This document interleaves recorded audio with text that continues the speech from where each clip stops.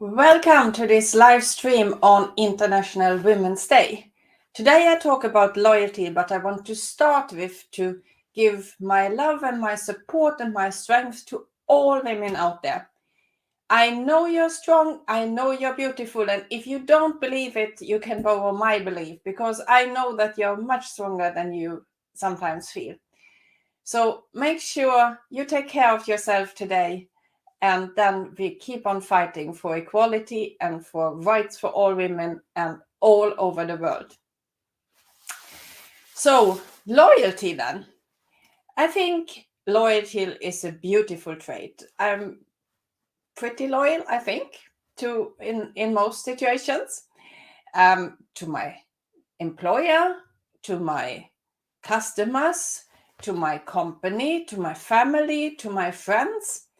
And I'm not that good in being loyal to myself, so I am working on that. And what do I mean by that?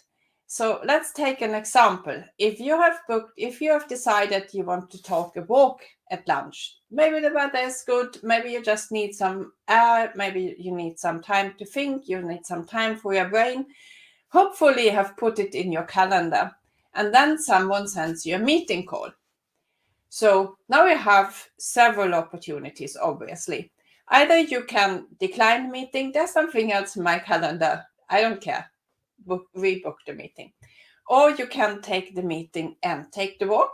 Depending on what meeting it is, it's possible. I have had extremely good walk and talk meetings, but it's not always possible. And sometimes you end up with, I said, what do you think about the slide on the screen? And I say, I can't see it. I'm on my phone. So it can work. It doesn't work always. You can decide to take the walk later. Then you have to think about if you will manage to make time, if you will have the energy, if you maybe you feel some hesitation, you won't take it if you wait another hour. Or you can skip the walk. And I don't think there is right or wrong. It depends on the meeting. It depends on, maybe I've taken a walk every day at lunch this week, so maybe you can skip one day, maybe not. So it depends really on what is important for you. What will it do to the other person? Maybe it's a meeting with 30 people and it cannot be rescheduled. But also, what will it do to you? What will it do to your health? And what will it do to your credibility? Because if you every time skip your walk and go to the meeting, your surrounding will soon learn that they don't have to care that there's a walk in your calendar. You will come to the meeting anyway.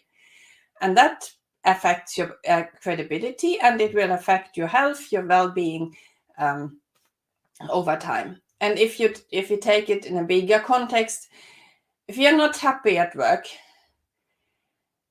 I think it's pretty if you are loyal, if you don't just want to leave, you want to change the situation. So I think one thing is, of course, you can just stay and hope that it's going to get better, and that's actually not a good alternative, if you ask me.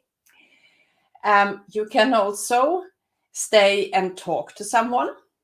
You can talk to your manager, you can talk to HR, you can talk to a manager's manager if you think that helps, or to colleagues on find solutions, make changes, find a new role, get rid of some tasks, or whatever it could be. You can stay, make the change, or if you feel that this isn't going anywhere, you can look for something else. And if you feel it's really, really aching, you can actually leave. And even here, there isn't any right or wrong, right? But you have to be loyal to yourself just to stay and to hope it will get better, or maybe even without hope, only because you have been in the company for 10 years. They have always been nice to you. They pay your salary. Is that a good reason to stay? So what will that do to you and to your health, to your well-being in the long run? I don't believe in staying in a job you don't like. I don't think you can feel good. I don't think you will be a good mother, partner, daughter, whatever it could be, if you have a job that you don't like, where you don't thrive, where you don't feel accepted, where you don't feel included. I don't think that's possible. And I think it's beautiful if you try to reach a change where you are, but if it's not possible, or if you think it goes too slow, do something about it. So I promised you 3 keys to make your loyalty work for you. And the first one is, be sure that you see loyalty even with regards to yourself. Then make decisions with your heart, your head, and your gut, and don't make them when you're angry and when you're upset, when you're sad. Make them thought through, and take into account what this will do to you and your life.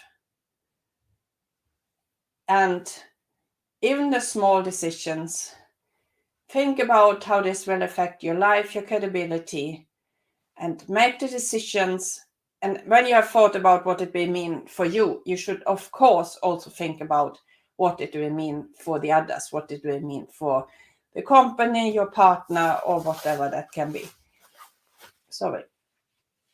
And I can tell you, I'm pretty good at this at work. I'm okay with regards to my customers. I am quite good at this, actually, when it comes to buying services, buying help or stuff. If it doesn't work, it can go. But I'm still struggling a lot with this in my private life. I'm still struggling a lot with, I don't want to go to this place on vacation. I don't want to, I don't know. Today it's important for me to go out walking, running, just being. And sometimes it still feels really, really bad to say, no, for me, this is important. But I'm learning to do it anyway. And I'm learning to cope with the feeling, the uncomfortable feeling, because I know that it's not only important for me, it's important for my relationships as well, to my family, to my boyfriend, to my kids. And kids is the most difficult, I have to admit. But it's important, so I'm working on it every day. So loyalty is also about you. You can and you have to be loyal to yourself. And it will pay out. It will also pay out in increased respect. When you make a decision, make it with your heart, your head, and your gut. And make sure to have thought it through, but don't only decide from your head. And also think about what it will do to the other party. And once again, I want to celebrate all women today. And I believe in you. I want you to thrive, to have success, and to be really, really well. So let's strive and work for that together today and all days, because this is a 365 days activity every year, right?